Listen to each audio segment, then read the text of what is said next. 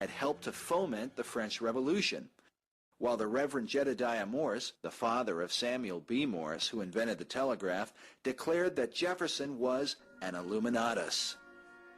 Like Weishaupt and those who began the French Revolution, Jefferson had his own contempt for the gospel of Jesus Christ and set about to write his own version of it, now known as the Jefferson Bible.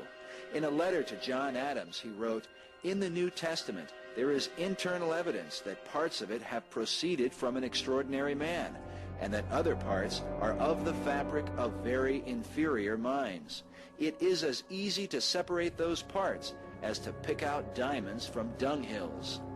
Among those parts of the gospel that Jefferson considered to be dunghills were things like the virgin birth, the miracles of Jesus, and the resurrection of Christ, about which the Apostle Paul wrote, "If Christ be not raised, your faith is in vain."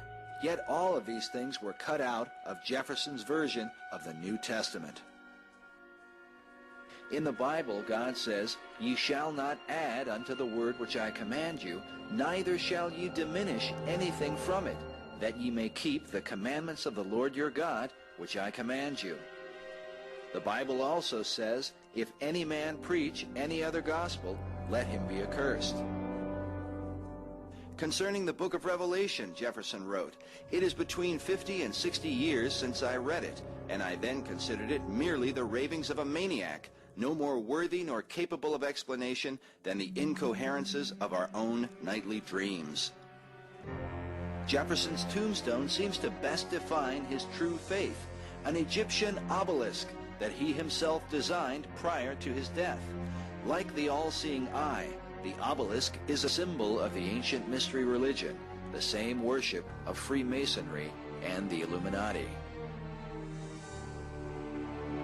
The idea of the Illuminati, or of a plan for the overthrow of nations, was not always considered the stuff of conspiracy theorists and fanatics.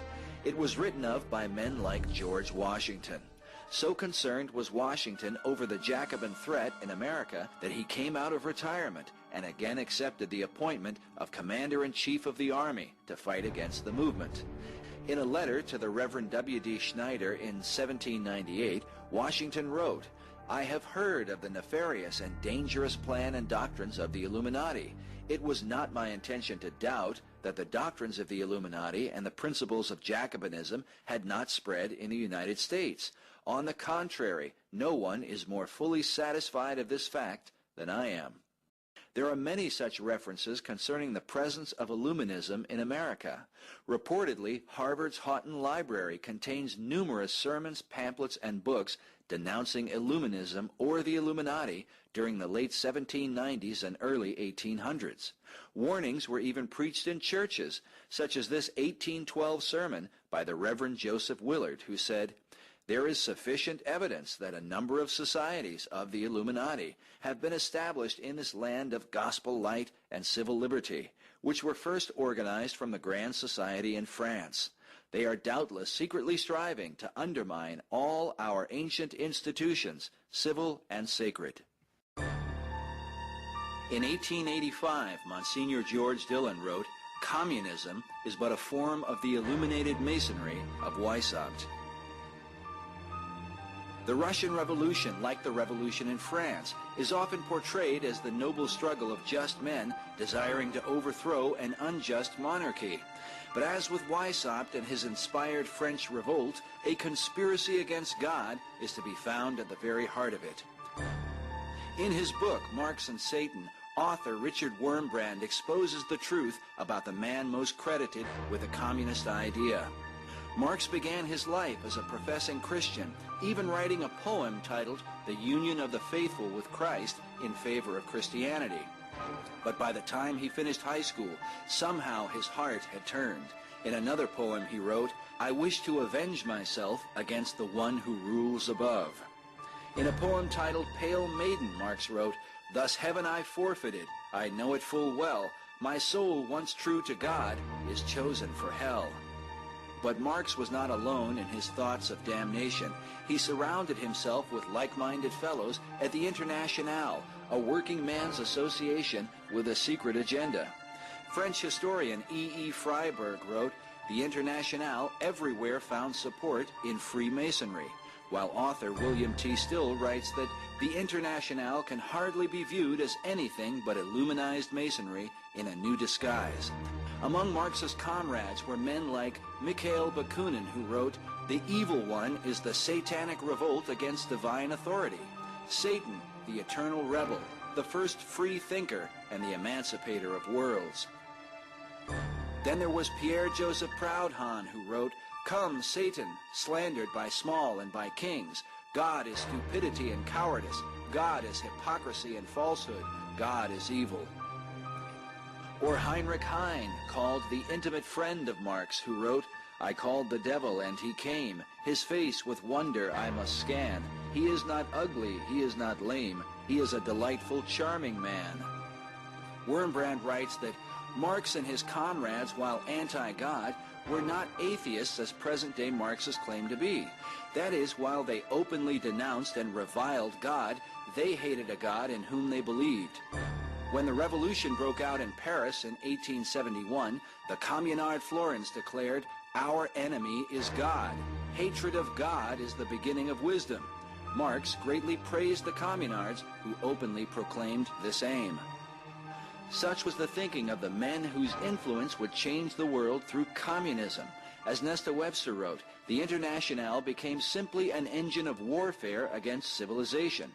Just as the Jacobin Club had openly executed the hidden plan of the Illuminati, the Internationale, holding within it the same terrible secrets, carried on the work of world revolution.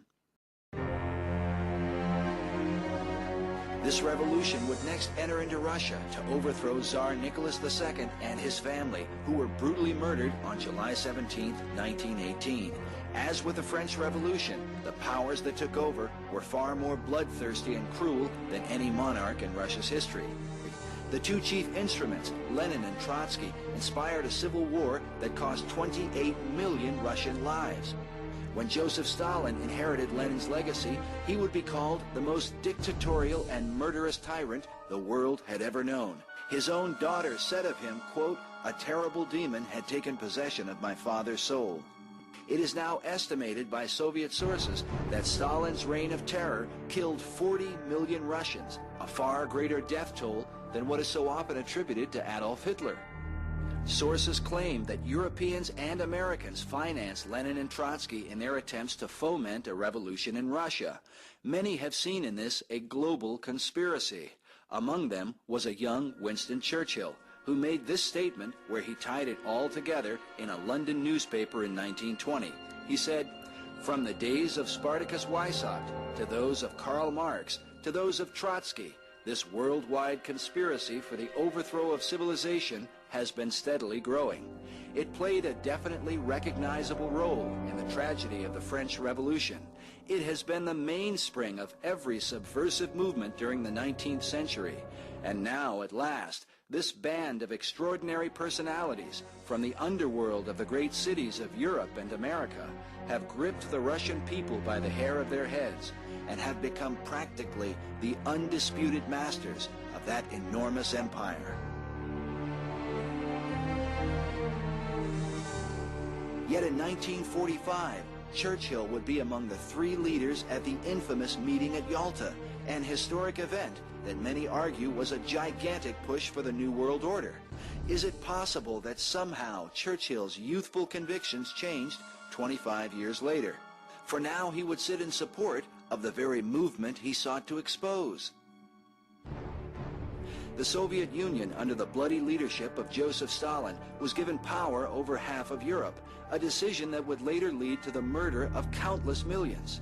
It is said this was largely due to the efforts of Franklin D. Roosevelt.